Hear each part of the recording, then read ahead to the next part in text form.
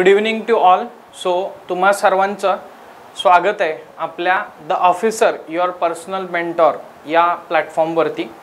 आपण राज्यसेवा आणि त्याचबरोबर UPSC एकंदरीतच दोन्हीचा अलाइन झालेला डिस्क्रिप्टिव्ह पॅटर्न, या डिस्क्रिप्टिव्ह पॅटर्नच्या दृष्टिकोनातून त्या पॅटर्नचा उलगडा करण्याचा प्रयत्न करतोय. त्याच्या संबंधी वेगवेगळे बारकावे हे गेल्या काही दिवसापासून सुरू झालेल्या आपल्या या वेबिनारच्या माध्यमातून जाणून घेण्याचा प्रयत्न करतोय आणि नेमकेपणाने कशी प्रिपरेशन करावी तर या सगळ्या गोष्टींचा उलगडा या माध्यमातून करण्याचा प्रयत्न करतोय. आणि त्यामध्ये आजच्या सेशनमध्ये आपण नेमक्या कोणत्या चुका आपल्याला टाळता येतील जेणेकरून आपल्याला यश हमखास मिळू शकतं.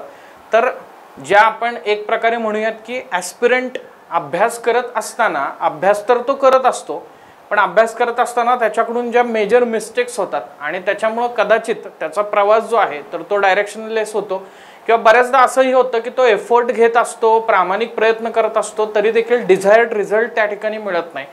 तर मग या सगळ्या गोष्टींमध्ये कोणत्या चुका नव्यानं अभ्यास करणारे जे विद्यार्थी आहेत तर त्यांनी टाळल्या पाहिजेत, त्याच्यासाठी काय नेमकं केलं पाहिजे, तर त्या सगळ्या गोष्टींवरती आजच्या या लेक्चरच्या माध्यमातून आपण सविस्तर स्वरूपात चर्चा करणार आहोत.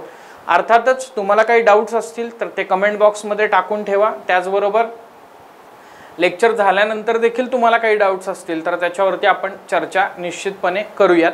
सो या वेगवेगळ्या लेक्चर्सचा, या वेगवेगळ्या सिरीजचा उद्देश आपला एकच असतो की नवीन पॅटर्न MPSC वर्णनात्मक झाली याचा बाऊ न करता, याच्याबद्दलची भीती न बाळगता त्या गोष्टी आधी समजून घ्या विद्यार्थी मित्रमैत्रिणींनो.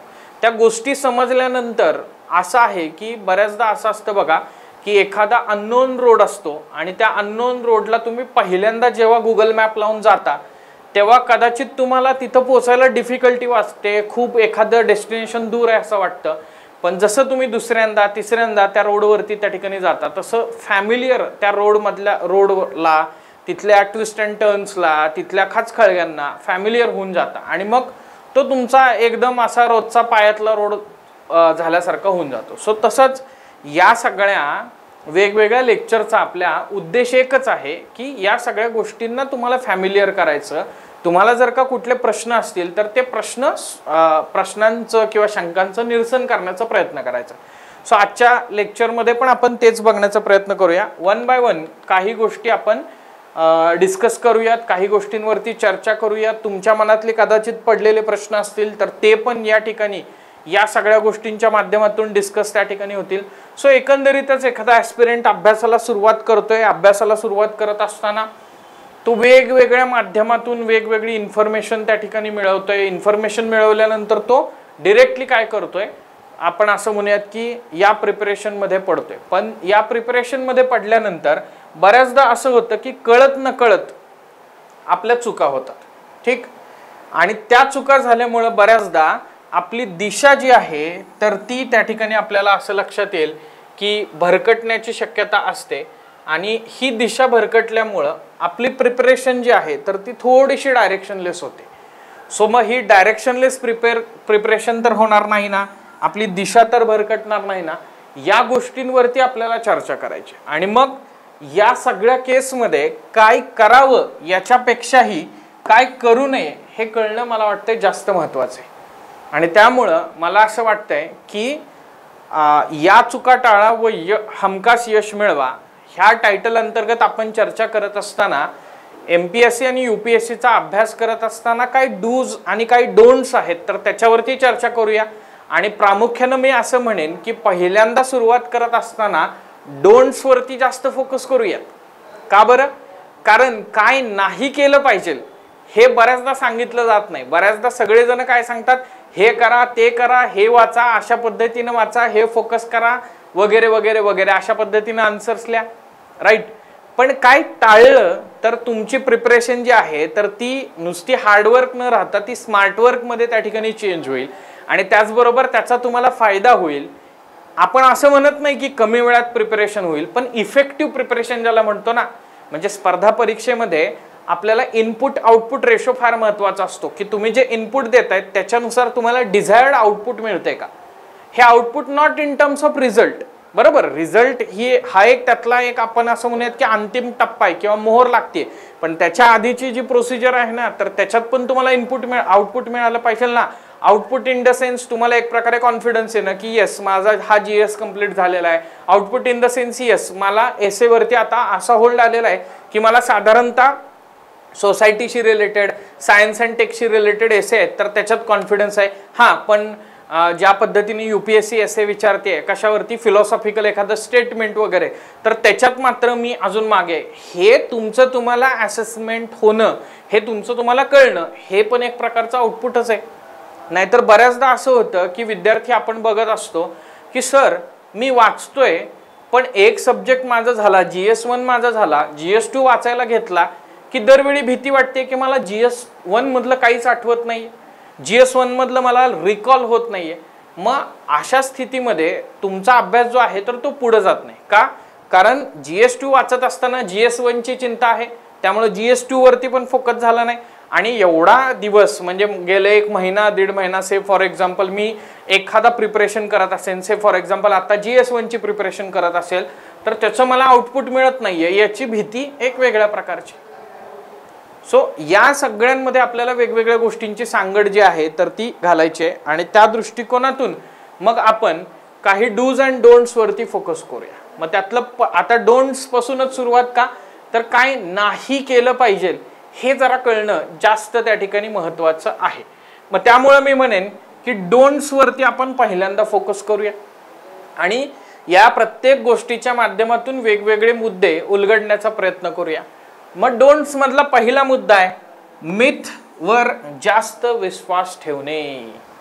बऱ्याचदा आपल्याला मिथ वर्सेस रियालिटी नावाचे रील्स बघायला मिळतात ना, किंवा एक्सपेक्टेशन वर्सेस रियालिटी वाले रील्स त्या ठिकाणी बघायला मिळतात. या स्पर्धा परीक्षांचा जर विचार केला ना तर सोशल मीडियामध्ये बरेच मिथ्स या स्पर्धा परीक्षांबद्दल आहेत. त्यातलं पहिलं मिथ जर का नवीन प्रिपरेशन करणाऱ्या विद्यार्थ्यांच्या बाबतीतलं कुठलं असेल किंवा ऐकायला मिळत असेल की नाही रे फर्स्ट अटेम्प्टला हे होऊच शकत नाही, या सगळ्या प्रोसेसमध्ये 5-6 वर्ष त्या ठिकाणी लागतात तरी विद्यार्थी त्या ठिकाणी पास होत नाहीत.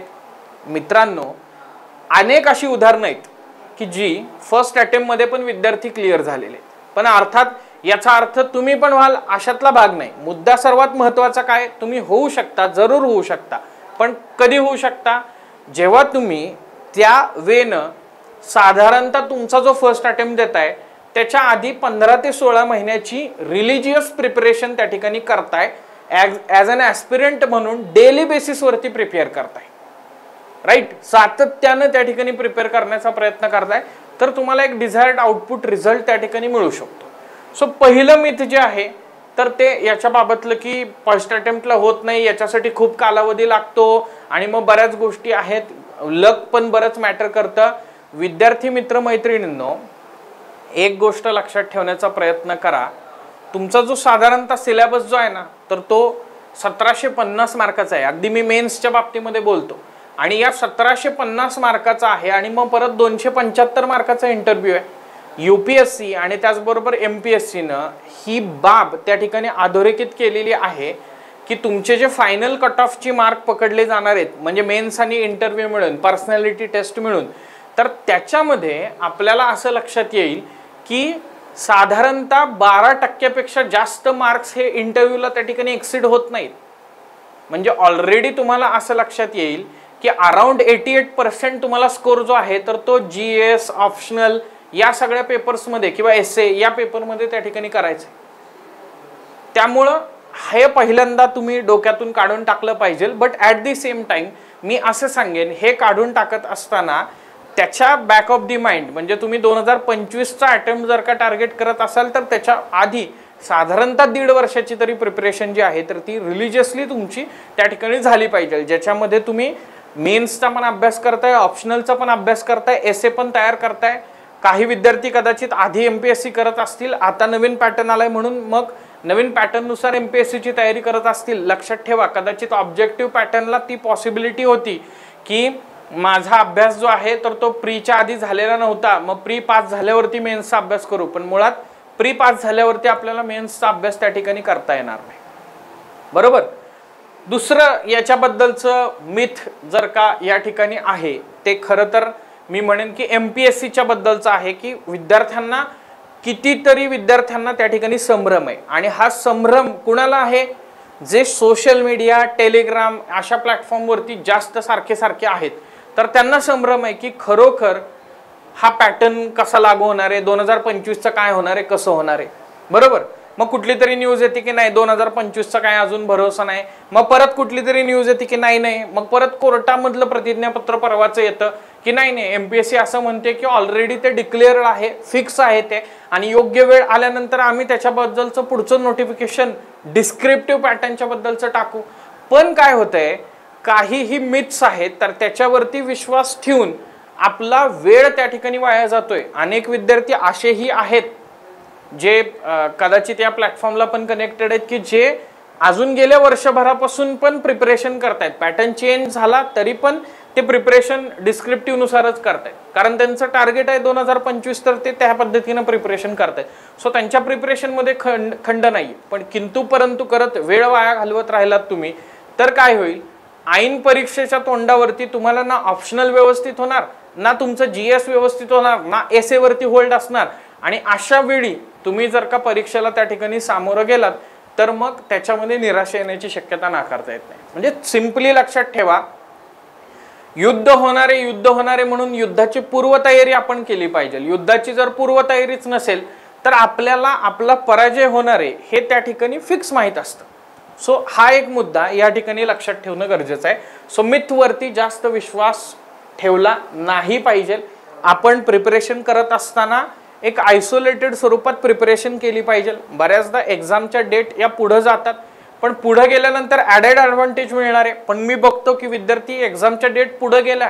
की निवांत सगळं दुसऱ्या दिवशी सगळं लायब्ररीचं शेड्यूल जे आहे तर ते चेंज होतं तर तसं करता कामा नये कदाचित डेट पुढे जात आहेत किंवा कदाचित काहीतरी असे चेंजेस होत आहेत आजूबाजूची वेगवेगळी परिस्थिती बघता म्हणजे कोविडच्या बाबतीमध्ये पण हे झालं किंवा आता इलेक्शन्समुळे पण हे झालं तर आपण असं म्हणूयात की तो आपल्याला बोनस टाइम मिळालेला आहे जे की आपलं अचीव झालेलं नव्हतं आपल्या टार्गेट प्रमाणे आपल्या प्लॅनिंग प्रमाणे ते अचीव करायला बोनस टाइम मिळालेला आहे सो पुढचा नेक्स्ट मुद्दा यातला आहे ते म्हणजे कोणाच्या तरी सांगण्यावरून ऑप्शनल सब्जेक्ट निवडणे आता बऱ्याचदा काय होतं MPSC किंवा UPSC ची प्रिपरेशन करत असताना आपण आपल्या बरोबर जो कलीग आहे जो फेलो ॲस्पिरंट आहे त्याच्याशी चर्चा करतो मग तो फेलो ॲस्पिरंट म्हणतो की अरे मी हा ऑप्शनल सब्जेक्ट त्या ठिकाणी घेतलाय या ऑप्शनल सब्जेक्टचा सक्सेस रेट खूप जास्त आहे मग तू पण तो त्या ठिकाणी घे सो असं करू नका विद्यार्थी मित्रमैत्रिणींनो कोणतरी म्हणतंय म्हणून ऑप्शनल सब्जेक्ट चूज करण्यापेक्षाही MPSC किंवा UPSCनं तुम्हाला जे वेगवेगळे ऑप्शनल सब्जेक्ट दिलेले आहेत एकदा त्या ऑप्शनल सब्जेक्टचा सिलेबस बघा ऑप्शनल असं नाव जरी असलं तरी एक प्रकारे तो स्पेशल सब्जेक्ट आहे आणि तो तुमच्या रिझल्ट मधला एक डिफायनिंग फॅक्टर त्या ठिकाणी आहे त्यामुळे तो सब्जेक्ट निवडत असताना तुम्ही त्याचा काळजीपूर्वक विचार केला पाहिजे की याच्यामध्ये मी असं काहीतरी त्या ठिकाणी माझं परफॉर्मन्स दाखवलं पाहिजे की याचा मला added advantage besides other subjects त्या ठिकाणी मिळणार आहे किंवा बिसाइड्स अदर आपण असं म्हणूयात की फेजेस त्या ठिकाणी मिळणार आहे म्हणजे it may B SA it may B GS तर त्याच्यापेक्षा ॲडेड ॲडव्हान्टेज मला मिळणार आहे कारण हा मी चूज केलेला आहे मला हा कंपल्सरी दिलेला होता का MPSCनं किंवा UPSCनं नाही मी चूज केलेला आहे मग थोडक्यात काय if you are good at something then prove it अशा पद्धतीची गोष्ट आहे म्हणजे तुमच्या समोर ऑप्शन आहे की तुम्हाला 2 व्हीलर चालवता येते मोपेड चालवता येते की 4 व्हीलर चालवता येते का अजून कुठली गाडी चालवता येते सो तुम्ही चूज करायचंय मग मला जर का 4 व्हीलर चालवताच येत नाहीये आणि मी केवळ म्हटलं की अरे नाही 4 व्हीलर चालवणं हे प्रेस्टिजियस वगैरे आहे आणि मग चालवली पाहिजे म्हणून तुम्ही 4 व्हीलर चालवायला जाल तर ती 4 व्हीलर चालवता येईल का किंवा तुमचा मित्र म्हणतोय अरे 2 व्हीलर मोपेड काय चालवते 4 व्हीलर चालव but you don't know how to drive right so त्या केसमध्ये काय होतं दुसऱ्याच्या कोणाच्या सांगण्यावरून तुम्ही ऑप्शनल निवडता मग ऑप्शनल निवडण्यासाठी क्रायटेरिया काय असले पाहिजेत सिम्पली तुम्ही एक जी ऑप्शनलची लिस्ट आहे ती ऑप्शनलची लिस्ट बघा त्यामध्ये एक पहिला फॅक्टर असतो तो म्हणजे मग एरिया ऑफ इंटरेस्ट नुसार 3-4 ऑप्शनल सॉर्ट आउट करा बरोबर. 3-4 ऑप्शनलमध्ये किंवा 3 किंवा 2 ऑप्शनलमध्ये तुम्हाला कन्फ्युजन असू शकतं, सगळ्या ऑप्शनलमध्ये कन्फ्युजन असणार नाही, राईट. मग त्याचा सिलेबस काढा, जे काही 2-3 तुम्ही सॉर्ट आउट केलेले आहेत ते. त्याच्यानंतर त्याच्या सिलेबसमधल्या पॉईंटमधल्या काही गोष्टी वाचून काढा. त्या ऑप्शनलचे जे तज्ज्ञ मार्गदर्शक आहेत त्यांच्याशी चर्चा करा. त्या तुम्हाला ज्या शंका असतील त्या पहिल्यांदा प्रायमा फेसी त्यांना जाऊन विचारा. त्याच्यानंतरचा पुढचा एक सगळेच जण सांगतात, सगळेच जण फॉलो करतात तो मुद्दा म्हणजे या ऑप्शनलचा GS ला किती मला फायदा होऊ शकतो. आणि ऑलमोस्ट आपल्याला असं लक्षात येईल की 19-20 पण प्रत्येक ऑप्शनलचा GS मध्ये कधी 1 मध्ये फायदा, कधी 2 मध्ये फायदा, कधी 3 मध्ये फायदा, राईट, कधी 4 मध्ये फायदा, किंवा सगळीकडे थिंकरचा फायदा जो आहे तर तो सगळीकडेच त्या ठिकाणी होत असतो. तर हा एक विचार. थर्ड पॉइंट आहे तो म्हणजे मटेरियल अवेलेबिलिटी आहे का. तुम्ही ज्या लँग्वेजमध्ये त्या ठिकाणी प्रिपरेशन करताय किंवा अटेम्प्ट देणार आहे, whether it may be Marathi or English. इंग्लिशचं तर काही इश्यू नाही, पण मराठीच्या बाबतीमध्ये आपण असं म्हणूयात की मटेरियल अवेलेबिलिटी आहे का.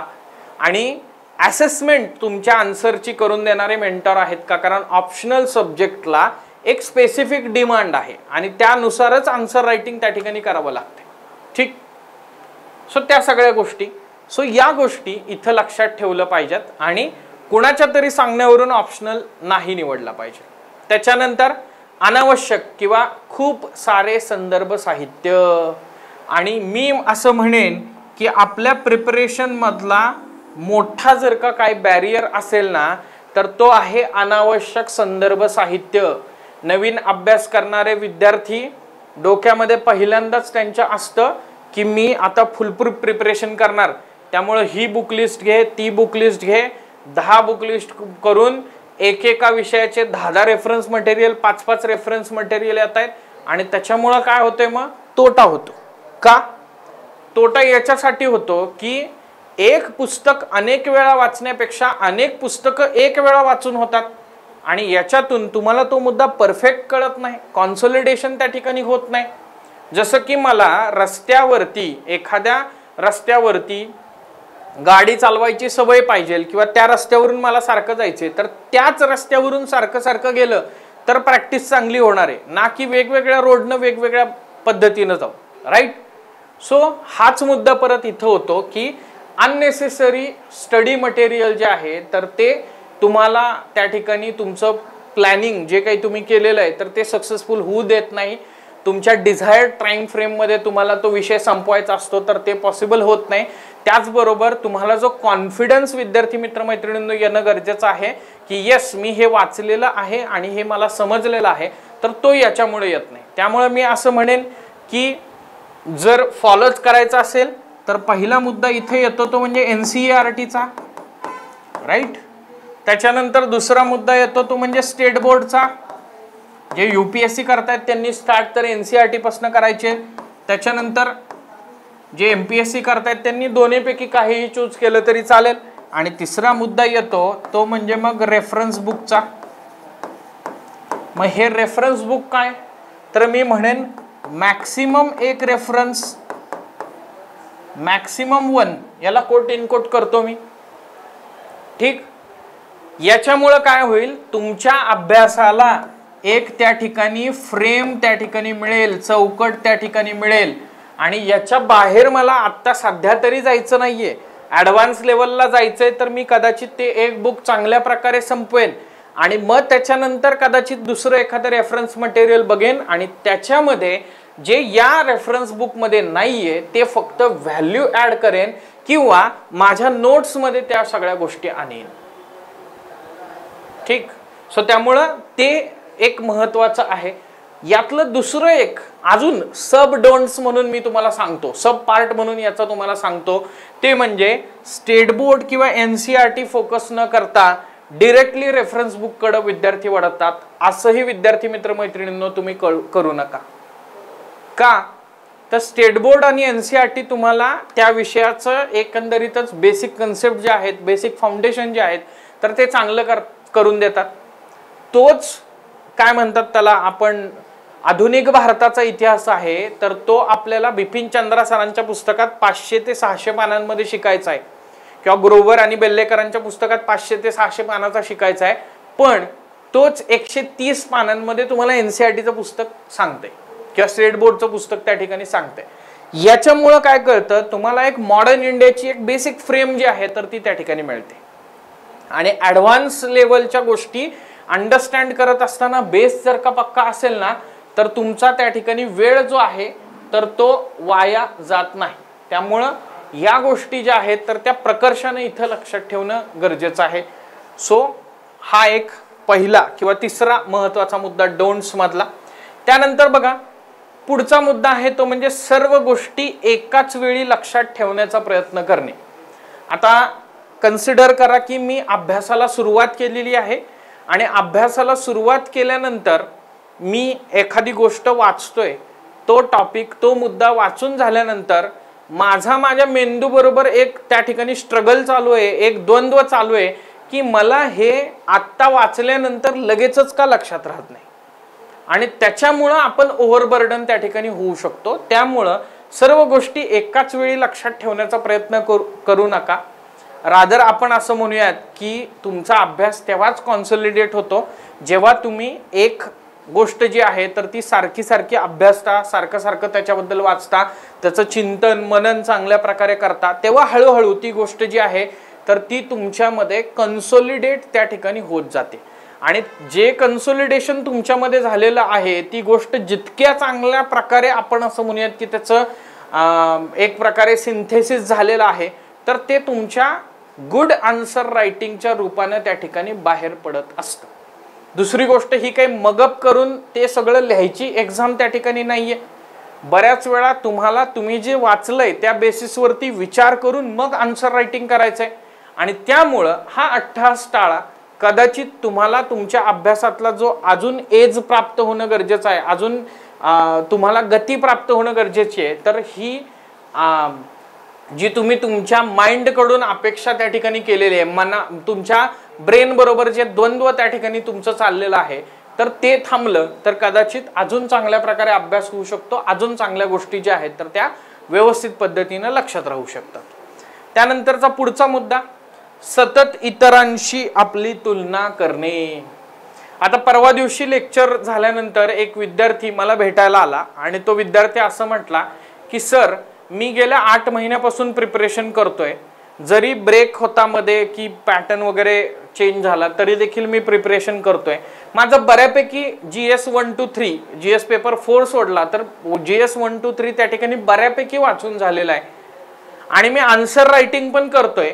बट मी टॉपरच्या काही कॉपीज बघतोय UPSCच्या, तर त्याच्याप्रमाणे मला आन्सर रायटिंग येत नाही. आता मी काय करू?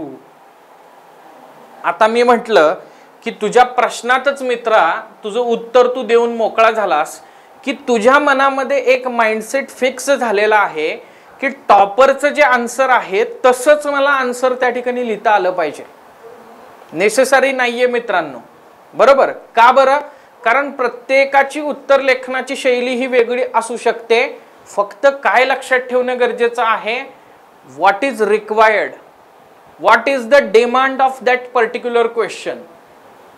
आणि as per the demand of question तुम्ही जर का आन्सर लिहिलं तर तुम्ही तुमच्या पद्धतीनं लिहिलं तरी तुम्हाला मार्क मिळणार आहे. बघा मी हे सांगतोय, हे वेगवेगळे एक्झाम्पल देऊन सांगतोय, हे सांगण्याचा एकच उद्देश त्या ठिकाणी आहे की तुम्हाला या काय म्हणतात त्याला इंडिव्हिज्युअली प्रिपरेशन करत असताना ज्या चुका छोट्या छोट्या आहेत, कदाचित या मायनर लेवलच्या आहेत, मी काही एकदम मेजर तुम्हाला सांगितलं नाही असं करा तसं करा, असं प्लॅनिंग करा तसं करा, नो.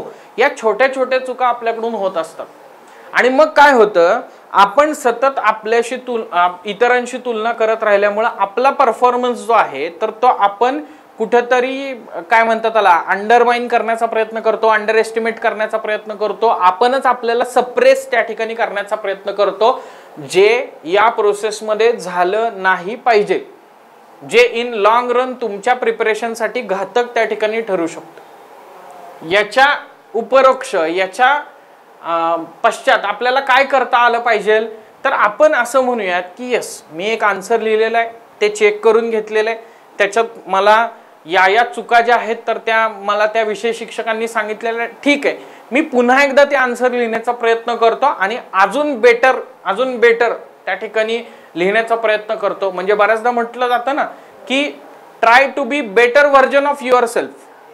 नेक्स्ट लेवलला त्या ठिकाणी विचार करण्याचा प्रयत्न करा. सो हे केलं तर कदाचित असं होऊ शकतं की तुमचा परफॉर्मन्स अजून बेटर होऊ शकतो.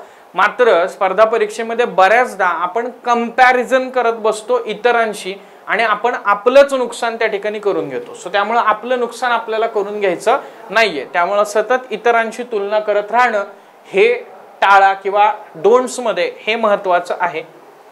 त्याच्यानंतर पुढचा महत्वाचा मुद्दा जो आपल्या सगळ्यांच्या बद्दल आहे तो म्हणजे डे ड्रीमिंग.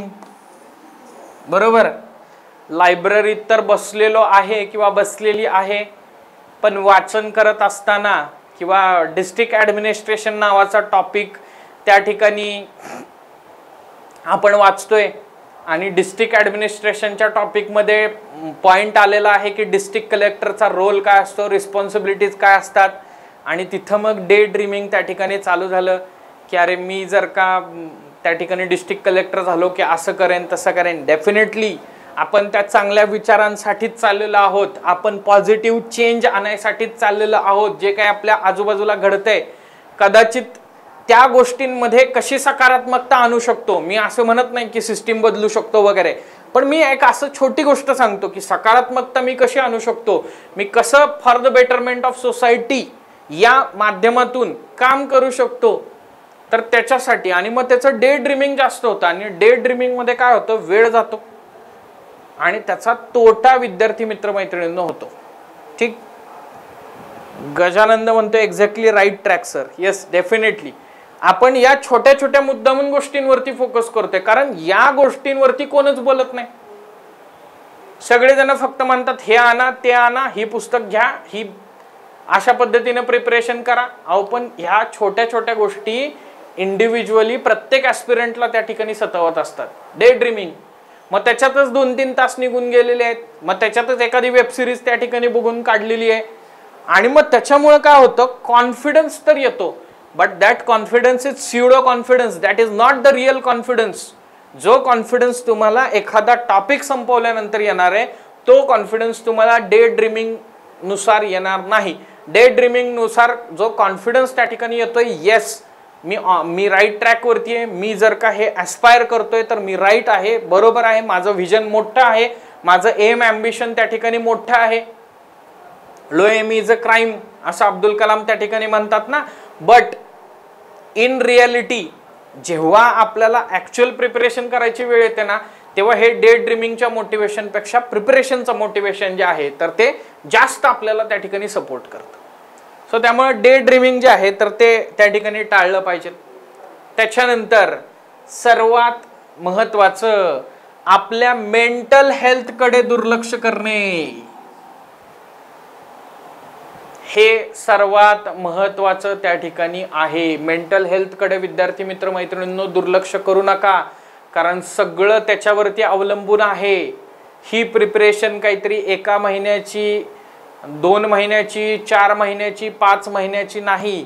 तुम्हाला जो अटेम्प्ट द्यायचा आहे त्याच्या आधी साधारणतः 15-16 महिने कन्सिस्टंटली कंपोजर मेंटेन करून तुम्हाला प्रिपेअर करायचंय.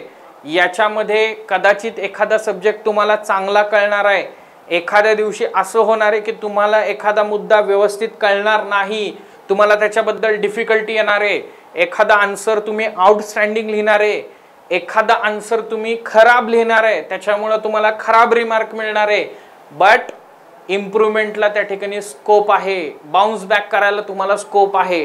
त्यावेळी जर का आपली मेंटल हेल्थ जी आहे तर ती त्या ठिकाणी बिघडली तर मात्र आपण निगेटिव्हिटीमध्ये त्या ठिकाणी जातो आणि त्याचा तोटा जास्त होतो. बघा, तुमच्यापैकी कदाचित काही विद्यार्थी ऑलरेडी प्रिपेअर करत असतील किंवा प्रिपरेशन करायला सुरुवात केलेली असेल किंवा त्या ठिकाणी अंडर ग्रॅज्युएट असतील, तर तुम्ही वेगळा कुठलाही तुमच्या विद्यापीठ स्तरावरचा वगैरे अभ्यास केला असेल तर तुम्ही एक फक्त इमॅजिन करा की तुम्ही प्लॅन केलेलं की 1 महिन्यावरती परीक्षा आहे आणि पहिला दिवस चांगला गेला, दुसरा दिवस चांगला गेला, तिसरा दिवस चांगला गेला, चौथाही दिवस चांगला गेला, पण 5व्या दिवशी असं झालं की तुम्हाला जे डिझायर टार्गेट होतं तर ते अचीव करता नाही आलं.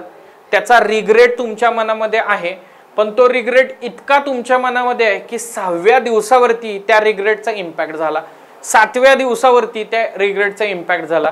6व्या आणि 7व्या दिवसावरती इम्पॅक्ट झाल्यानंतर 8व्या दिवशी तुम्ही त्या ठिकाणी विचार करताय की अरे माझं 5व्या दिवशीचं पण नुकसान झालेलं आहे, 6व्या आणि 7व्या दिवशीचं पण नुकसान झालेलं आहे, आता माझी 1 महिन्यावरती परीक्षा आहे, माझं कसं होणार. म्हणून त्यामध्ये मेंटल हेल्थ जी आहे तर ती आपली स्ट्रॉंग त्या ठिकाणी राहिली पाहिजे. आणि हे इन लॉंग रन तुम्ही काय म्हणतात त्याला, कुठल्याही फील्डमध्ये असा तुमची मेंटल हेल्थ जर का त्या ठिकाणी चांगली असेल ना तर तुम्हाला बऱ्याच गोष्टी ज्या आहेत तर त्या व्यवस्थित पद्धतीने घेता येतील. संकट आली, एखादा हा काय म्हणतात त्याला डिसिजन त्या ठिकाणी तुम्हाला घ्यायचा आहे, तिथं नरवा कुंजरवा अशी परिस्थिती त्या ठिकाणी निर्माण झालेली आहे, इकडे तिकडे वेर परिस्थिती निर्माण झालेली आहे, तरी तुमचा प्रॉब्लेम सॉल्व्हिंग अप्रोच जो आहे तर तो तुमचा त्या ठिकाणी पेशन्स त्या ठिकाणी शाबूत असल्यामुळं किंवा मेंटल हेल्थ तुमची चांगली असल्यामुळं कदाचित ते प्रॉब्लेम योग्य प्रकारे त्या ठिकाणी सॉल्व्ह होऊ शकतात. म्हणून बऱ्याचदा म्हटलेलं आहे ना की अनेक युद्ध जी आहे तर ती पहिल्यांदा मनात जिंकली जातात, नंतर ती रणात जिंकली जातात. ठीक, मग तसंच आहे मेंटल हेल्थकडे दुर्लक्ष कृपया करू नका. याच्यामधून निराशा येत असते. मग याच्यासाठी काय करू शकता तुम्ही? म्हणाल की सर तुम्ही नुसते डोस पाचताय, असं नाही चालणार, त्याच्यासाठी काय केलं पाहिजे हे पण तुम्ही चांगली बुक्स वाचू शकता ना. म्हणजे सर्वात महत्त्वाचं जर का मेंटल हेल्थ आपली चांगली ठेवायची असेल तर माध्यम काय असेल तर मी असं सांगेन की तुम्ही चांगली बुक्स वाचा. बुक्स वाचल्यामुळं तुमचा विचारांचा हॉरिझॉन जो आहे तर तो त्या ठिकाणी रुंदावत जातो दिवसेंदिवस. तुमची काय म्हणतात त्याला थिंकिंग ॲबिलिटी त्या ठिकाणी रुंदावत जाते, क्रिटिकल थिंकिंग अप्रोच तुम्हाला येतो, तुम्ही वेगवेगळ्या सिच्युएशन त्या पुस्तकांमधून वाचत असता. त्यामुळे तुम्हाला असं वाटतं की what ever happening with me is not only happening with me, ते बऱ्याच जणांबद्दल त्या ठिकाणी होते, म्हणजे फक्त माझ्याबद्दल होते अशातला भाग नाही. त्यामुळं मला इथं थोडंसं पेशन्स ठेवले पाहिजेत, थोडंसं मला इथं व्यवस्थित पद्धतीने इथं सामोरं जायला पाहिजे. त्यामुळे मेंटल हेल्थ जी आहे तर ती इम्पॉर्टंट आहे, त्याच्याकडे लक्ष ठेवलं पाहिजे. मग हे साधारणतः आपण असं म्हणूयात की 7 मी मुद्दे त्या ठिकाणी डिसाईड केलेले होते की जे मला असं वाटतंय की आपण डोंट्स मध्ये कन्सिडर केले पाहिजेत. ठीक, मुद्दा म्हणून मी लेक्चरची सुरुवात करत असतानाच म्हटलं की विद्यार्थी मित्र मैत्रिणींनो आधी डोंट्स वरती फोकस करूया, मग डूज कडे येऊयात. ठीक, आता याचाच पुढचा पार्ट म्हणून आपण डूज बद्दल बघू शकतो. बघा, डूज मधला पहिला सर्वात महत्त्वाचा मुद्दा आहे अभ्यासक्रमातील प्रत्येक घटक समजून घ्या. मग अभ्यासक्रमातील प्रत्येक घटक समजून घ्यायचा असेल तर तुम्हाला काय माहित असला पाहिजे? सिलेबस माहित असला पाहिजे. म्हणून स्पर्धा परीक्षेमध्ये म्हटलं जातं की पहिला गुरु जर का कोण असेल स्पर्धा परीक्षेतला तर तो त्या परीक्षेचा अभ्यासक्रम आहे. मग UPSC मेन्सचा किंवा MPSC मेन्सचा आपला अभ्यासक्रम किंवा ऑप्शनल सब्जेक्टचा आपला जो अभ्यासक्रम आहे तर तो समजून घ्या, त्यातला प्रत्येक घटक समजून घ्या. आता हे पुढच्या रीडिंगला पण लागू आहे बरं का. नुसता सब्जेक्ट त्या ठिकाणी अभ्यासक्रम समजला म्हणजे अभ्यासक्रमातला जो छोटा त्या ठिकाणी घटक बघितलेला आहे, म्हणजे impact of technology on Indian society मागच्या वर्षीच्या UPSC ला त्या ठिकाणी प्रश्न विचारलेला आहे ना. ठीक, किंवा impact of work from home on family relationship असा प्रश्न विचारलेला आहे ना. म्हणजे आजूबाजूच्या कंटेम्पररी वर्ल्डमध्ये घडणाऱ्या किती साऱ्या घटना ज्या आहेत तर त्या ते अशा पद्धतीने लिंक करण्याचा प्रयत्न करतायत.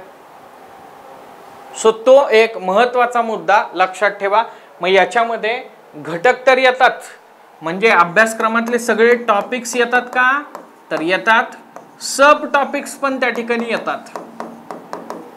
तर त्याच्याबद्दल तुम्हाला ज्ञान असलं पाहिजे. म्हणजे तो छोटा जरी टॉपिक असेल ना तरी त्याच्याबद्दल ॲटलिस्ट आपण असं म्हणूया 8-10 ओळींचं तरी तुम्ही वाचलं पाहिजे किंवा त्याचं टिपण तुमच्याकडे असलं पाहिजे. त्याच्या नोट्स तुम्ही काढल्या पाहिजेत. का बरं? रेफरन्स मटेरियल तर वाचलं पण प्रत्येक गोष्टीचं तुमचं स्ट्रक्चर त्या ठिकाणी तयार पाहिजे. की हे काय contribution of Mahatma Gandhi in Indian freedom struggle असं विचारलंय ना. येस, मग महात्मा गांधी हा एक प्रोटोटाइप झाला, त्याचे प्रोटोटाइप्स मी शोधतो. मग इतर ज्या हिस्ट्री मधल्या पर्सनॅलिटीज आहेत तर त्यांच्याबद्दल असं बघतो, मग सरदार पटेलांबद्दल असं बघतो, मग डॉक्टर बाबासाहेब आंबेडकर यांच्याबद्दल असं बघतो की त्यांचं कंट्रीब्युशन काय आहे. आणि मग त्याचं मी स्ट्रक्चर त्या ठिकाणी तयार करतो. इन शॉर्ट, इंट्रोडक्शन आणि कन्क्लुजन मला परीक्षेमध्ये as per the demand of question लिहायचं आहे, पण क्वेश्चनचा जो बॉडीचा पार्ट आहे, मेन पार्ट आहे, ते माझ्याकडं माझ्या नोट्सच्या रूपानं एक प्रकारे स्ट्रक्चर म्हणून तयार आहे. Getting it? सो हा मुद्दा या ठिकाणी महत्वाचा आहे. त्याच्यानंतर PYQच्या माध्यमातून पॅटर्नशी मैत्री करा. दुसरा जर आपला स्पर्धा परीक्षेतला गुरु कोण असेल तर तो previous year question paper. Syllabus तुम्हाला सांगतो की काय विचारलं जाणार आहे, PYQs तुम्हाला सांगतात की कसं विचारलं जाणार आहे, आणि PYQच्या माध्यमातून वेगवेगळे साचे येतो प्रश्नांचे, त्या साच्यांमध्येच प्रश्न UPSC त्या ठिकाणी विचारत असते. इथं PYQच्या बाबतीमध्ये रेफरन्स मी कशाचा म्हणेन? UPSC मेन्सचा. सो त्या माध्यमातून तुम्हाला समजून घ्या, तुम्हाला अभ्यासाची दिशा ठरवण्याची 50% पेक्षा जास्त हिंट ही सिलेबस आणि PYQ त्या ठिकाणी देत असतो. गेटिंग माय पॉइंट? सो सेकंड मुद्दा हा लक्षात ठेवा. त्याच्यानंतर अभ्यास सुरू करण्याआधी अभ्यासाचं योग्य नियोजन करा. एक मराठीमध्ये मुद्दा आहे किंवा तुमच्या आपल्या सगळ्यांच्या बाबतीत इन्क्लुडिंग मी तो ॲप्लिकेबल आहे, ते म्हणजे आपण सगळेजण आरंभशूर आहोत. मराठीमध्ये एक शब्द आहे आरंभशूर. आरंभशूर म्हणजे काय? 1 जानेवारीला सगळेच जण जिमला जातात, सगळेच जण फिरायला जातात, सगळ्याच जणांचा कॉन्फिडन्स ऑन नेक्स्ट लेवल त्या ठिकाणी असतो की 2024 तो फोड देंगे, राईट? पण 2 जानेवारी, 3 जानेवारी, 4 जानेवारी जसजसे पुढे जातात तस तसं आपल्याला असं लक्षात येईल की तो जो जोश आहे तर तो ओसरत जातो. म्हणून मी म्हटलंय की त्याच्यात मी पण आहे, कोणीच अपवाद नाही. सो ती कन्सिस्टन्सी त्या ठिकाणी टिकत नाही. मग त्यामुळं आपल्याकडे काय असलं पाहिजे? एक नियोजन असलं पाहिजे. नियोजनातला एक सब पॉइंट म्हणून मी सांगतो की बरेच विद्यार्थी प्रिलिम्स पासून अभ्यासाला सुरुवात करतात. ठीक, प्रिलिम्सचा अभ्यास आधी आणि नंतर मेन्स. का तर प्री आधी आहे ना, मग मेन्स. असं करू नका विद्यार्थी मित्र मैत्रिणींनो. आधी तुमचा त्या ठिकाणी मेन्स आणि त्याचबरोबर ऑप्शनल सब्जेक्टचा त्या ठिकाणी अभ्यास होणं गरजेचं आहे.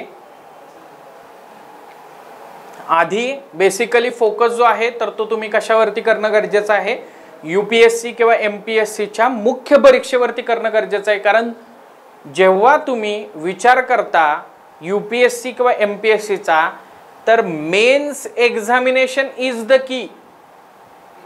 Optional subject GS and SA is the key. Prelim हा एक प्रकारे गेट पास आहे तुम्हाला मेन्स मध्ये एंटर करण्याचा, पण बाकी सगळा खेळ पुढच्या गोष्टीवरती. त्यामुळे तुम्ही एक लॉंग टर्म व्हिजन ठेवून विचार करा की आपल्याला आधी या गोष्टी करायच्या. त्यामुळं असं न करता आधी मेन्स पासून प्रिपरेशन काय करा? स्टार्ट करा.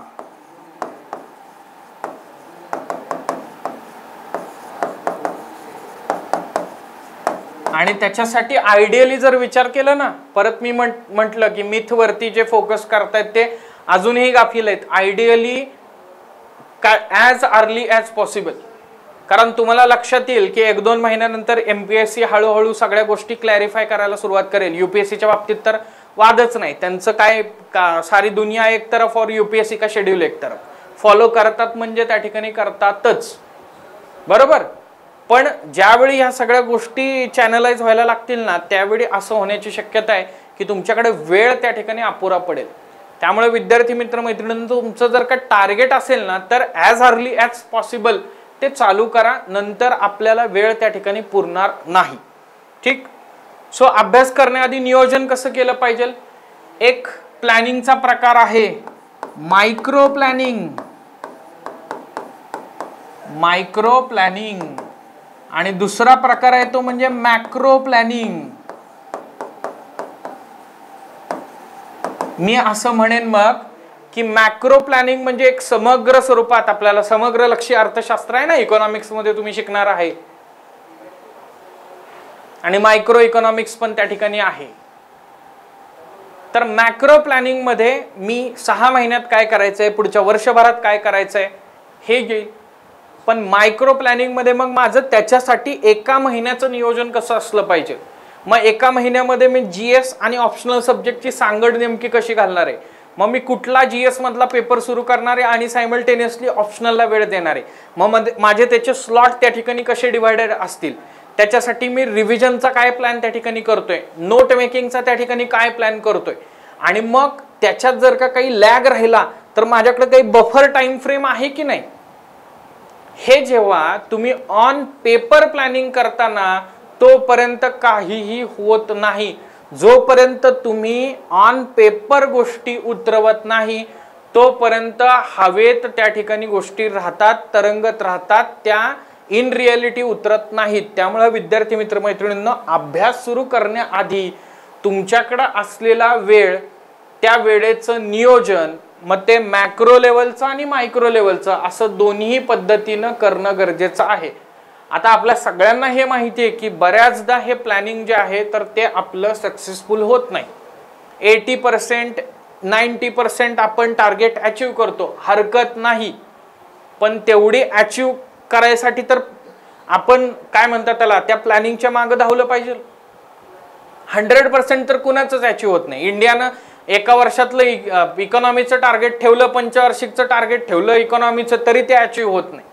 ठीक, पण आपण आयडियली त्याच्या आसपास तरी जाण्याचा प्रयत्न केला ना तरी आपली एक वेगळी नेक्स्ट कॉन्फिडन्स लेवल येत असते. आणि म्हणून मी म्हटलं ना की एक बफर पण आपल्याला ठेवायचं की हे जर का नाही झालं तर कसं. आता नाही का नाही झालं, तर मी काय म्हणतोय की रोजचा दिवस सारखा नसतो. म्हणजे इवन वेव जो आहे, वेव जे आहे ना जे आपण बघतो, तर तो वेव फॉर्म पण अशा पद्धतीचा आहे. कधीतरी क्रेस्ट आहे, कधीतरी टो आहे, कधीतरी पीक आहे, कधीतरी डाऊनफॉल आहे त्याच्यामध्ये. ठीक, म्हणजे काय हो, आज माझा कदाचित खूप चांगला अभ्यास होऊ शकतो, उद्या कदाचित एखाद दिवशी अशी परिस्थिती येऊ शकते की माझा नाही चांगला अभ्यास झाला. आठवड्यामध्ये 7 दिवस सारखे नाहीयेत, 5 बोटं सारखी नाहीयेत. मग या केसमध्ये एखाद्या दिवशी जर का माझा नाही परफॉर्मन्स त्या ठिकाणी झाला, हरकत नाही ना, तो कोपअप मी दुसऱ्या ठिकाणी करू शकतो ना. विराट कोहली रोजच सेंचुरी मारत नाही, प्रत्येक मॅचला सेंचुरी मारत नाही, पण ह्याचा अर्थ असा नाही की त्याचं करिअर जे आहे तर ते करिअरचा ग्राफ पुढे जात नाहीये. समजून घेण्याचा प्रयत्न करा. त्यामुळं प्लॅनिंग त्याच्यासाठी इम्पॉर्टंट आहे आणि हरकत नाही त्यामध्ये थोडंसं आपल्याला बॅकफुटला यायला लागलं, 80-90% अचीव झालं तरी हरकत नाही. पण ते प्लॅनिंग करूनच, म्हणजे हे मी दोन्ही पद्धतीचं सांगतोय, फक्त डे प्लॅन नाही करायचा. Plan your day, plan your week, plan your month, 6 मंथचं प्लॅनिंग पाहिजे, इयरचं प्लॅनिंग पाहिजे आणि पुढचे मग 5 महिने हे प्रिलिमसाठी त्या ठिकाणी बफर ठेवले पाहिजेत. सो या गोष्टी फोकस केल्या पाहिजेत. त्याच्यानंतर अभ्यासाची योग्य पद्धत. येस, प्लॅनिंगमध्ये मी सांगितलंच, पण परत अजून एक मुद्दा जो डोंट्स मध्ये पण बघितलेला होता की पद्धत अभ्यासाची कशी आहे. पहिल्यांदा सिलेबस आहे ती योग्यच असली पाहिजे. त्याच्यानंतर काय, प्रिव्हियस इयर क्वेश्चन पेपर आहेत. त्याच्यानंतर काय, NCERT आहेत. त्याच्यानंतर काय, स्टेट बोर्ड, NCERT किंवा स्टेट बोर्ड आहेत.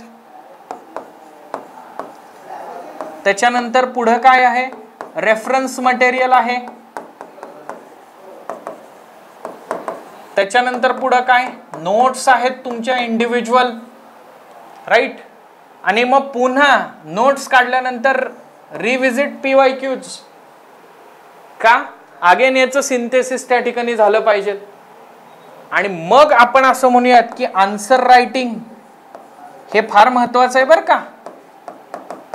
मी असं म्हणेन या सगळ्या प्रोसेस मधला हा सगळा महत्वाचा मुद्दा आहे, आन्सर रायटिंग. बट त्याला ही प्रोसेस आपल्याला फॉलोच करावी लागणार आहे. बऱ्याचदा विद्यार्थी बघतो की वाचतात, सर माझं GS1 मधलं हे झालेलं आहे, सर माझं GS2 मधलं गव्हर्नन्स पूर्ण झालेलं आहे. बरं ठीक आहे, तू एक काम कर, त्याच्यावरचे PYQs काही लिहून दाखव. तर PYQ मध्ये ते रिफ्लेक्शन दिसत नाही का, कारण माझ्या मनात खूप विचार असतात हो, पण ते विचार जेव्हा मला ऑन पेपर लिहायला लावले तेव्हा ते तेवढ्या कन्साइज मॅनरनं मला ते लिहिता येत नाही. साधं मी उदाहरण सांगतो, नको आपण परीक्षेचा किंवा सिलेबसचा विचार करायला. तुम्ही एखाद्या थिएटरमधनं जो मूवी बघून आलाय त्या मूवीचा रिव्ह्यू तुम्हाला जरी ऑन पेपर लिहायला लावला ना तरी तो स्ट्रक्चर्ड मॅनरनं तुम्हाला आठवत नाही. तुम्हाला कदाचित एंडला घडलेली घटना पहिल्यांदा आठवते, तुम्हाला कदाचित पिक्चरची जी स्टार्ट झालेली असते तर तीच आठवत नाही. तो रिव्ह्यू पण तुमचा व्यवस्थित स्ट्रक्चर्ड मॅनरनं त्या ठिकाणी येत नाही. म्हणून काय करणं गरजेचं आहे, आन्सर रायटिंग करणं गरजेचं आहे. आन्सर रायटिंग करत असताना ते मेंटॉर्सकडून, तुमच्या शिक्षकांकडून त्या ठिकाणी चेक करून घेणं गरजेचं आहे. त्यांनी त्याच्यामध्ये जे त्या ठिकाणी सुधारणा सुचवलेल्या आहेत, जे करेक्शन सांगितलेले आहेत ते करेक्शन करून कंटिन्युअसली त्याच्यामध्ये अपग्रेडेशन करणं त्या ठिकाणी गरजेचं आहे. सो ही अभ्यासाची योग्य पद्धत त्या ठिकाणी असली पाहिजे. त्याच्यानंतर 2 स्तरावरील मूल्यमापन, आणि मी म्हणतो की this is the key to success. 2 स्तरावरचं मूल्यमापन, एक काय पर्सनल लेवल असेसमेंट आणि दुसरी काय मेंटॉर लेवल असेसमेंट. म्हणजे एक प्रकारे म्हणून की पर्सनल लेवलला मला माझ्याबद्दल चांगलंच वाटत असणार ना, मला माझ्या त्या ठिकाणी परफॉर्मन्स बद्दल सॅटिस्फॅक्शनच वाटत असणार. But your satisfaction is not the satisfaction of commission, बरोबर, is not the satisfaction of your examiner who is going to check your answer. हे समजून घेण्याचा प्रयत्न करा, हा डिफरन्स समजून घेण्याचा प्रयत्न करा.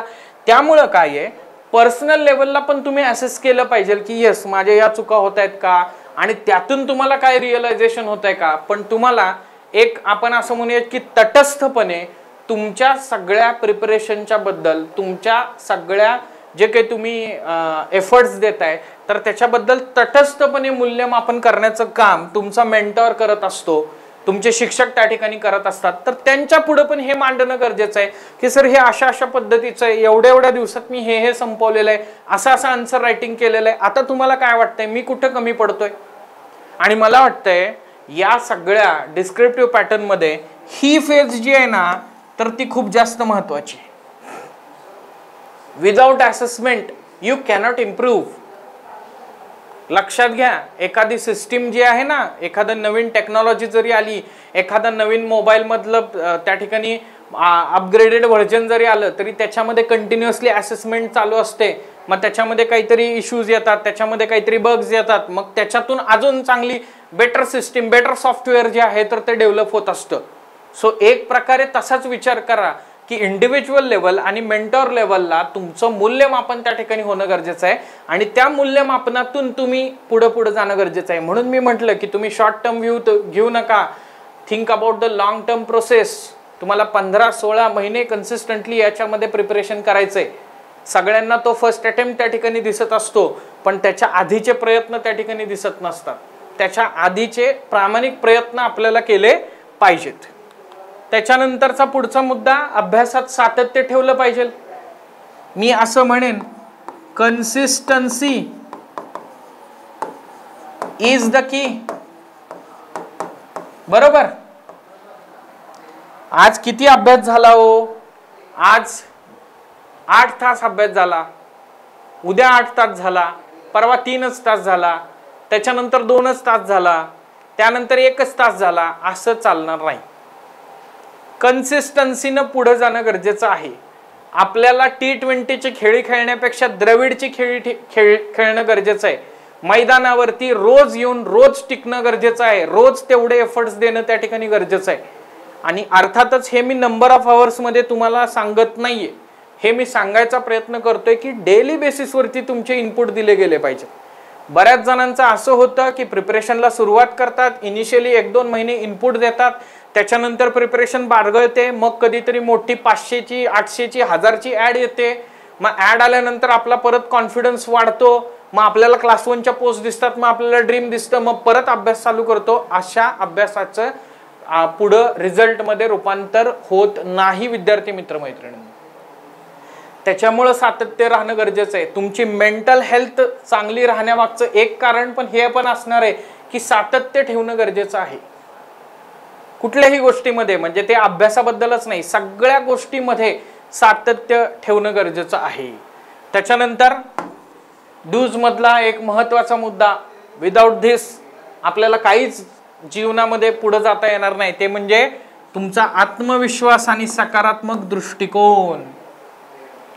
आत्मविश्वास पाहिजे तुम्हाला, तुमच्यावरती तुम्हाला कॉन्फिडन्स पाहिजे आणि पॉझिटिव्ह माइंडसेट तुमचा पाहिजे, पॉझिटिव्ह ॲटिट्यूड पाहिजे आणि त्याच्यानुसार तुम्ही पुढे जाणं गरजेचं आहे. सो इन जनरल आपण असं म्हणूयात की हे काही डूज अँड डोंट्स असू शकतात जे तुमच्या समोर आहेत. 7 पॉइंट्स आहेत, पण मी त्या 7 पॉइंट्समध्ये सगळ्या गोष्टी ज्या आहेत तर त्या समअप करण्याचा प्रयत्न केलेला आहे. वन बाय वन ते बघण्याचा प्रयत्न करूया आपण. बघा, मिथवरती जास्त विश्वास ठेवू नका विद्यार्थी मित्र मैत्रिणींनो. एन नंबर ऑफ प्रकारचे मिथ्स असतात. तुम्हाला प्रिलिमला वेगळे मिथ्स ऐकायला मिळतात, मेन्सला वेगळे मिथ्स ऐकायला मिळतात, इंटरव्ह्यूच्या फेजमध्ये वेगळे मिथ्स ऐकायला मिळतात, कोरोनामध्ये वेगळे मिथ्स, पॅटर्न चेंज झाला वेगळे मिथ्स, इलेक्शन पिरियड वेगळे मिथ्स. ठीक, त्याच्यावरती फोकस करू नका. कोणाच्या तरी सांगण्यावरून ऑप्शनल सब्जेक्ट जो आहे तर तो निवडू नका. ऑप्शनल सब्जेक्ट निवडत असताना तुमचा इंटरेस्ट किंवा तुम्हाला नेमकी रुची कशामध्ये आहे, तुम्हाला त्याच्याबद्दलचा गायडन्स अवेलेबल आहे का, त्या शिक्षकांशी इंटरॅक्ट करा, त्यांना विचारा, तुमच्या शंकांचं निरसन होऊ द्यात, मग निवडा. अनावश्यक, अननेसेसरी आणि खूप सारं संदर्भ साहित्य, सो लेस इज मोर असं बऱ्याचदा म्हटलं जातं. सो त्याच्यावरती फोकस करणं गरजेचं आहे. सर्व गोष्टी एकाच वेळी मगअप करायच्या, लक्षात ठेवायचा प्रयत्न. याच्यामध्ये काय होतं, जी प्रिपरेशन होणं अपेक्षित आहे तर ती त्या ठिकाणी होत नाही, कारण आपल्याकडूनच अपेक्षा जास्त वाढतात. ते मी बाकी सांगितलंच. सतत इतरांशी आपली तुलना करणं, डे ड्रीमिंग करणं आणि आपल्या मेंटल हेल्थकडे दुर्लक्ष करणं. डूज मध्ये आपण बघितलं, अभ्यासक्रमातील प्रत्येक घटक समजून घ्या, PYQच्या माध्यमातून पॅटर्नशी मैत्री करा. हे 2 मुद्दे तुम्हाला 50% व्हिजन देणार आहेत की कशा पद्धतीने तुम्हाला जायचंय.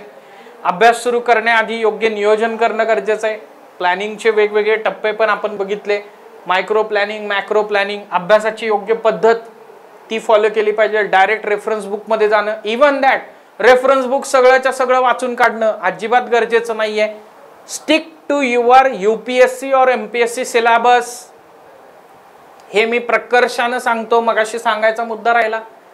जेवढं तुम्ही सिलेबसला स्टिक राहण्याचा प्रयत्न कराल तेवढा जास्त इम्पॅक्टफुल तुम्ही त्या ठिकाणी ठराल. का? अननेसेसरी तुम्ही जो टॉपिकचा, जो आपल्या सिलेबसचा मुद्दा नाहीये तो वाचत बसता. ठीक, आणि त्याच्यामुळं काय होतं, टॉपिक सोडून आपण भरकटतो. टॉपिक सोडून भरकटता कामा नये. 2 स्तरावरचं मूल्यमापन, again this is the key. Star mark करतो मी याला.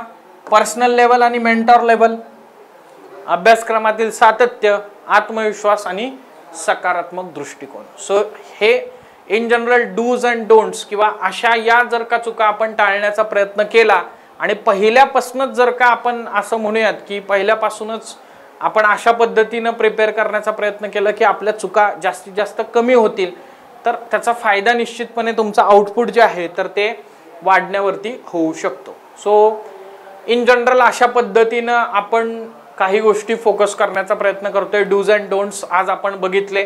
याच्या आधीचे पण वेबिनार्स तुम्ही अटेंड केलेले असतील.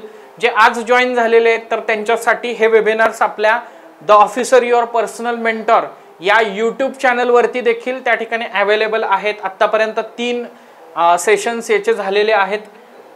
उद्या 30 मेला स्वप्नील पुराणिक सरांचं मेंटॉरिंग आणि त्या सगळ्या प्रोसेसबद्दलचं सेशन आहे. त्यामुळं आज मी मुद्दामून त्याच्याबद्दल बोललो नाही, कारण मेंटॉरशिप, मेंटॉरिंग नेमकं काय आहे, काय त्याचं महत्त्व आहे, तर ते सगळं डिटेल स्वप्नील सर त्या ठिकाणी सांगतील. आणि त्याच्यानंतर अमोल घोडके सरांचं 2025 साठी तयारी करताय, मग नियोजन नेमकं कसं केलं पाहिजे तर त्याच्याबद्दलचं, म्हणजे त्याच्यामध्ये ते मायक्रो प्लॅनिंग आणि मॅक्रो प्लॅनिंग दोन्हीबद्दल त्या ठिकाणी बोलतील. सो ही सेशन तुम्ही त्या ठिकाणी जरूर त्या ठिकाणी अटेंड करा. त्याचबरोबर आपल्या इन्स्टिट्यूटच्या टेलिग्राम चॅनलला कनेक्टेड राहा, जेणेकरून तुम्हाला वेगवेगळे जे काही अपडेट्स आहेत तर ते कंटिन्युअसली त्या ठिकाणी मिळत राहतील. सो आता काही क्वेश्चन आहेत, ते म्हणजे UPSC मेन्सचा अप्रोच कसा असावा. तर मी तेच सांगितलं की सिलेबस जो आहे तर तो सिलेबस बघा, PYQ बघा, त्याच्यानुसार कशा पद्धतीने क्वेश्चन्स विचारले जात आहेत. अलीकडे 2020, 21, 22, 23 मध्ये त्या क्वेश्चनमध्ये कसे थोडेसे शिफ्ट झालेले आहेत तर ते समजून घेण्याचा प्रयत्न करा आणि त्याच्यानुसार तो अप्रोच जो आहे तर तो असला पाहिजे.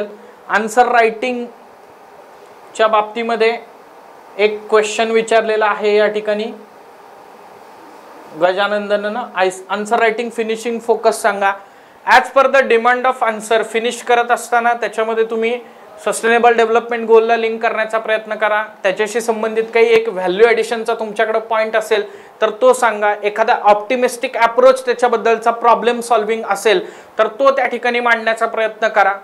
तर त्याच्यामुळं काय होतं, बरोबर ते आन्सर जे आहे तर ते एका पॉझिटिव्ह नोटला, एका आपण असं म्हणूयात की आउट ऑफ बॉक्स अप्रोचला जाऊन त्या ठिकाणी थांबतं. सो तशा पद्धतीनं ते आपण आन्सर रायटिंगचं फिनिश जे आहे तर त्याच्यावरती फोकस केला पाहिजे. अर्थात प्रश्न कसा आहे हेही त्या ठिकाणी लक्षात घेतलं पाहिजे. सो एखाद्या प्रश्नामध्ये आपण असं म्हणूयात की इनोव्हेटिव्ह सोल्युशन जर का तुम्हाला देता येत असेल, जे सोल्युशन कदाचित इतरांपेक्षा वेगळं ठरेल, असा एखादा पॉईंट तुम्हाला आठवत असेल तर तो पॉईंट तिथे मेन्शन करा. त्याच्याशी रिलेटेड एखादी केस स्टडी असेल तर ती आधी मेन्शन त्या ठिकाणी करा. सो अशा पद्धतीने एकंदरीतच जो क्वेश्चन आहे तर त्याचा सार एका त्या ठिकाणी मुद्द्यामध्ये इम्पॅक्टफुली मांडणार अशा पद्धतीनं आन्सर रायटिंगचा एंड जो आहे तर तो असला पाहिजे. अर्थातच तो आन्सर टू आन्सर त्या ठिकाणी डिफर करतो. आन्सरनुसार आपल्याला ते त्या ठिकाणी मोल्ड करता आलं पाहिजे. ठीक. सो इन जनरल या काही गोष्टी होत्या. आता याच्या व्यतिरिक्त तुमच्या काही क्वेरीज असतील, तुमच्या काही शंका असतील तर त्या तुम्ही बिनदिक्कतपणे त्या ठिकाणी विचारू शकता. तुम्हाला वेगवेगळे नंबर्स त्या ठिकाणी प्रोव्हाइड केलेले आहेत. डिस्क्रिप्शन बॉक्समध्ये पण लिंक त्या ठिकाणी आहेत, इन्स्टिट्यूटचे नंबर आहेत. सो तुम्हाला कुठल्याही प्रकारच्या शंका असतील तर त्याच्यावरती देखील तुम्ही संपर्क साधू शकता. तुमच्या प्रश्नांची उत्तरं जी आहेत तर ती निश्चितपणे त्या ठिकाणी दिली जातील. आपला इंटेन्सिव्ह लर्निंग प्रोग्राम जो आहे तर तो ऑलरेडी 27 मे पासून चालू झालेला आहे. तुम्ही हे जे सेशन अटेंड करताय तर ते त्याचं डेमो सेशन आहे आणि डेमो सेशन वेगळे आणि सिलेबस सेशन वेगळे असं काही नसतंय. सो इथूनच बॅच जी आहे तर ती त्या ठिकाणी स्टार्ट आपली झालेली आहे. सो त्यामुळे तुम्ही आत्ता जे अटेंड करताय त्याच पद्धतीने आपले सगळे सेशन जे आहेत तर ते त्या ठिकाणी होणार आहेत. ठीक. सो अजूनही तुमच्या काही शंका असतील तर तुम्ही बिनदिक्कतपणे विचारू शकता. इन जनरल आपण 360 डिग्री अप्रोचनं वेगवेगळ्या गोष्टी आणि एकदम मायनर लेवलच्या गोष्टी ज्या इंडिव्हिज्युअली प्रिपेअर करत असताना ज्या शंका येतात तर त्या सॉल्व करण्याचा प्रयत्न केला.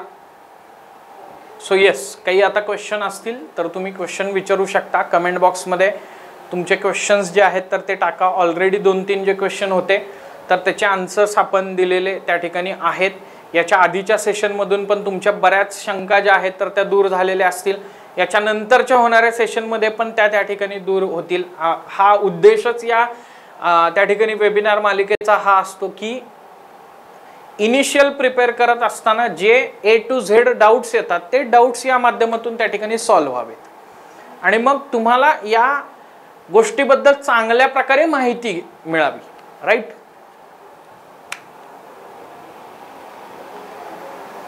SC साठी एज लिमिट आहे का असा क्वेश्चन आहे.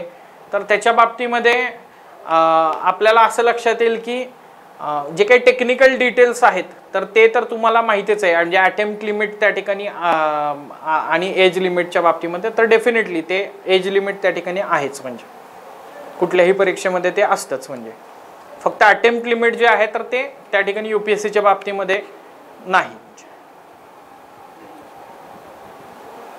NCERT आणि स्टेट बोर्ड दोन्ही वाचणं गरजेचं आहे का? तुम्ही जर MPSCला प्रिपेअर करत असता तुम्ही स्टेट बोर्ड वाचा. UPSC प्रिपेअर करत असाल NCERT वाचा.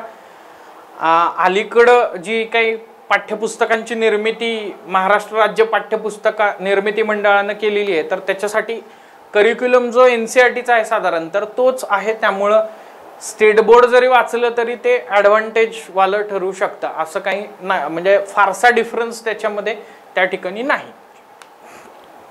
फक्त स्टेट बोर्डमध्ये कसं तुम्ही MPSC करत असाल तर महाराष्ट्र स्पेसिफिक गोष्टी तुम्हाला बऱ्याच मिळतील.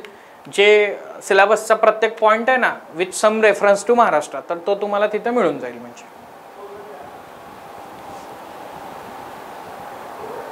येस, अजून काही आहे का?